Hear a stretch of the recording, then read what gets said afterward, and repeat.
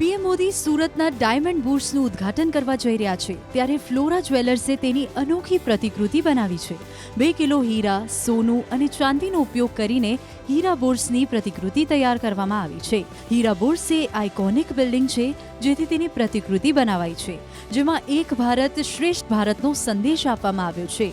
ગુજરાત, મહારાષ્ટ્ર, બંગાળ, ઉત્તર પ્રદેશ, બિહાર સહિત 7 રાજ્યના 35 કારીગરોએ 60 દિવસ મહેનત કરીને આ પ્રતિકૃતિ તૈયાર કરી છે।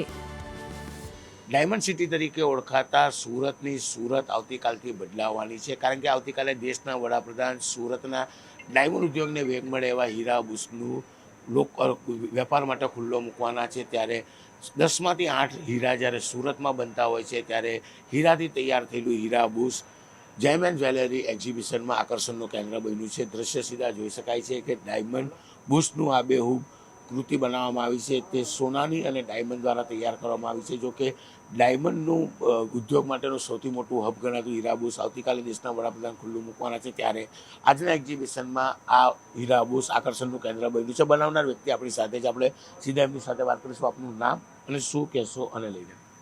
Jatin Kakadiya, Flora Jewels Private Limited. આ એક ભારત શ્રેષ્ઠ ભારત અને આત્મનિર્ભર ભારતનું એસટીબીનું આ બેજોડ પ્રતિકૃતિ અમે બનાવી છે। 35 જેટલા અમારા કારીગરોએ અલગ અલગ રાજ્યના એમણે આ 60 દિવસની એમની અગાધ મહેનત છે થી અમે આ બનાવી છે। કેટલા ડાયમંડ લાગ્યા છે, કેટલું સોનું વપરાયું છે અને કેટલા દિવસની મહેનત? 60 દિવસની મહેનત છે અને અંદાજે 2 કિલો મેટલ યુઝ થયું છે। પંચ ધાતુ અમે યુઝ કરી છે હીરા સાથે, અને અંદાજે 7000 જેટલા નંગ આમાં યુઝ થયા છે હીરાના। વેલ્યુ ગણીએ તો કેટલી વેલ્યુ કહી શકાય?